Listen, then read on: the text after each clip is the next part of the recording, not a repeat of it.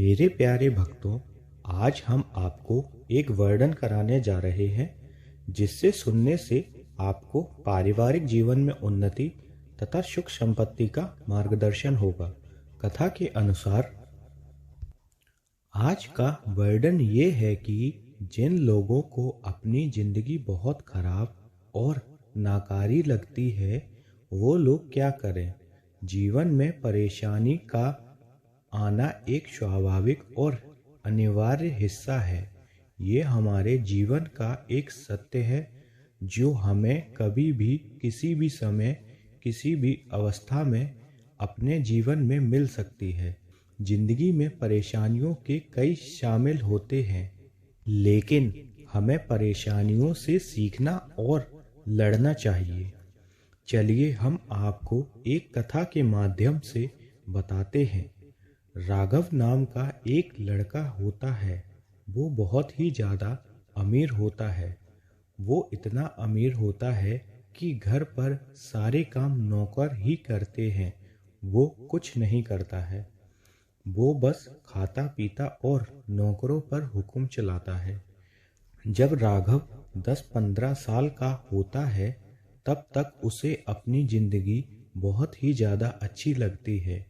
वो बहुत मौज मस्ती कर रहा है, लेकिन जैसे जैसे वो बड़ा होता है वो अपनी ज़िंदगी से परेशान होने लगता है। उसे हर चीज़ उसके हाथों में मिल जाती थी। उसे कुछ करने की ज़रूरत ही नहीं पड़ती थी। वो ना तो खाने की कदर करता था और ना ही अपने घर के काम कर रहे नौकरों की। वो उनसे चिल्ला चिल्ला कर काम करवाता है। उसके इस रवैये से घर वाले भी बहुत परेशान हो जाते हैं।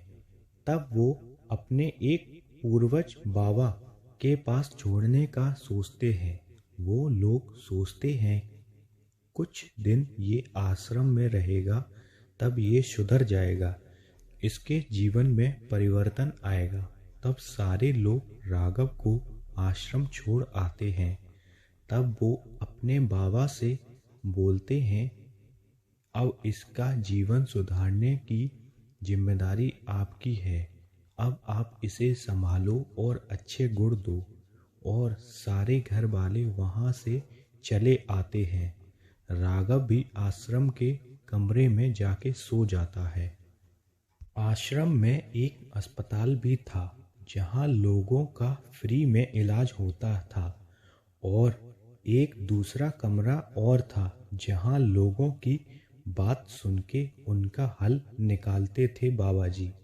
जब राघव का पहला दिन होता है तो वो अपने घर की तरह ही लेट उठता है।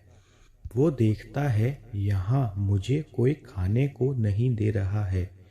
तब वो गुस्से में जाता है और वहाँ के अध्यापकों से चिल्लाता है, मेरा नाश्ता क्यों नहीं आया? मैं अभी सोकर उठा हूँ। तुम लोगों ने मेरा नाश्ता अभी तक नहीं बनाया। तब वहाँ के वरिष्ठ अध्यापक बोले, बेटा अगर आपको सुबह का भोजन करना है तो आपको समय से उठना पड़ेगा और सारे कार्य खुद ही करने पड़ेंगे। राघव सुनकर शांत हो जाता है। वो अगले दिन जल्दी उठता है और समय से भोजन कर लेता है। वो भोजन करके अपने कमरे की ओर जा रहा होता है। तभी वो देखता है कि बाबा जी अस्पताल वाले कमरे में हैं। वो भी उन्हें देखकर वहीं पहुंच जाता है। जब वो वहां पहुंचता है और लोगों की हालत देखता है, वो देखकर ही रह जाता है, क्योंकि किसी के हाथ किसी के पैर नहीं थे और कोई बोल नहीं पा रहा था, कोई चल नहीं पा रहा था। किसी किसी का पूरा शरीर ही लकवाग्रस्त था। वो ये सब देखकर अंदर से डर जाता है और वो डर कर अपने कमरे में चला जाता है। दूसरे दिन फिर वो सुबह जल्दी उठ जाता है और वो वहीं अस्पताल जाता है। थोड़ी देर वहीं रुकता है और लोगों को देखता है। तभी बाबा बोलते हैं, तुम इन लोगों को अच्छों से देखो। और वो ये कहकर दूसरे कमरे में जाने लगते हैं जहाँ पर वो लोगों की समस्या सुनते थे, और वो उनका निवारण भी निकालते थे। राघव उनके पीछे पीछे चला जाता है और वहाँ जब लोगों की समस्या सुनता है तो वो हैरान हो जाता है, क्योंकि कुछ बच्चे ऐसे थे जो बहुत होशियार थे, लेकिन पैसे ना होने के कारण वो आगे नहीं बढ़ पा रहे थे। कुछ लोग ऐसे भी थे जिन्हें लोग काम पर नहीं रखते थे, लेकिन वो लोग बहुत काम करना चाहते थे। ऐसे ऐसे लोगों की समस्या बहुत थी। कुछ लोग ऐसे भी थे जो बहुत कुछ करना चाह रहे थे और कुछ कर नहीं पा रहे थे। आर्थिक मजबूरी होने के कारण वो कुछ नहीं कर पा रहे थे। राघव भी इन सब की समस्याओं को सुन रहा था और लोगों को भी देख रहा था। वो वहाँ से आ जाता है और आश्रम में लगे पेड़ के नीचे बैठ जाता है। वहीं थोड़ी देर बाद वहाँ बाबा जी भी आ जाते हैं और बोलते हैं, तुमको यहाँ कैसा लग रहा है?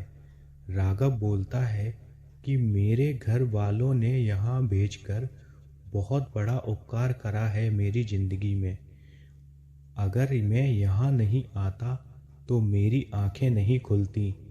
वो बोलता है कि मैं अपनी ज़िंदगी को बहुत बेकार मानता था और समझता था कि मैं ही पूरा दुनिया में बेकार हूँ और फालतू भी। लेकिन इन लोगों की तकलीफ़ों के आगे मेरी तकलीफ़ कुछ भी नहीं है। मेरे पास सब कुछ है, फिर भी परेशान रहता हूँ। लेकिन इन लोगों के पास कुछ भी नहीं है, फिर भी ये अपनी परेशानियों से लड़ रहे हैं और उन्हें हराने में लगे हैं। बाबा जी बोलते हैं, अब मुझे कुछ समझाने की ज़रूरत नहीं है तुमको। तुम 2 दिन में ही सब कुछ समझ गए। राघव अपने घर वापस चला जाता है और वो पूरी तरह बदल जाता है। वो सबसे प्यार से बात करता है और अपने कामों को वो खुद करने लगता है। तो देखा भक्तों, राघव जब बाहर निकला तब उसने देखा कि मेरी जो परेशानी है वो और लोगों की परेशानी के आगे कुछ भी नहीं है। इसलिए आप सबको इस कहानी से सीख लेनी चाहिए कि जीवन में जब परेशानी आए तब आपको खुद से सामना करना है। ये परेशानियां ही हमारे जीवन का परिवर्तन करती हैं और हमें शक्ति देती हैं कि जीवन में कैसे जीना है। हर हर महादेव।